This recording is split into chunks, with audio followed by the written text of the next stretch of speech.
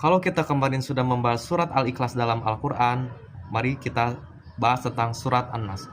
Surat An-Nas termasuk ke dalam surat Makkiyah, yakni surat yang diturunkan di Makkah Al-Mukarramah.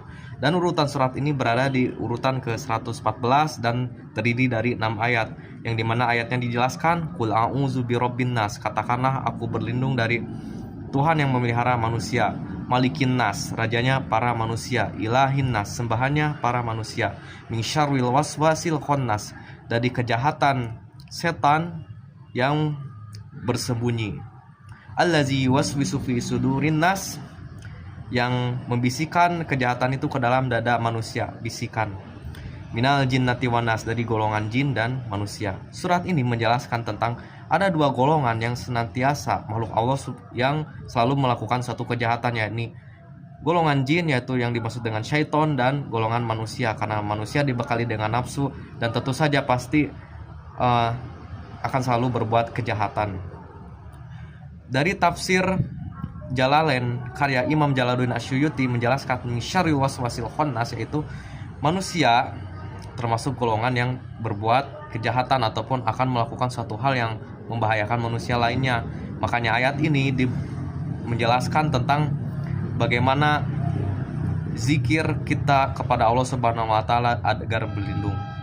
Kemudian hadis Nabi Shallallahu alaihi wasallam disebutkan di riwayat Bukhari nomor 5016 dan Muslim nomor 1192, an Aisyah radhiyallahu anna Nabiyya sallallahu alaihi wasallam kana ijastaka nafasa ala nafsihi bil muawazati famsaha biyadi. Ayat ini hadis ini menjelaskan tentang Rasulullah sallallahu alaihi wasallam membaca selalu surat An-Nas, karena surat ini tergolong surat Al-Mu'awizat, 3 surat pelindung, yang dimana Al-Ikhlas, Al-Falaq, An-Nas, dan termasuk surat-surat Ruqyah.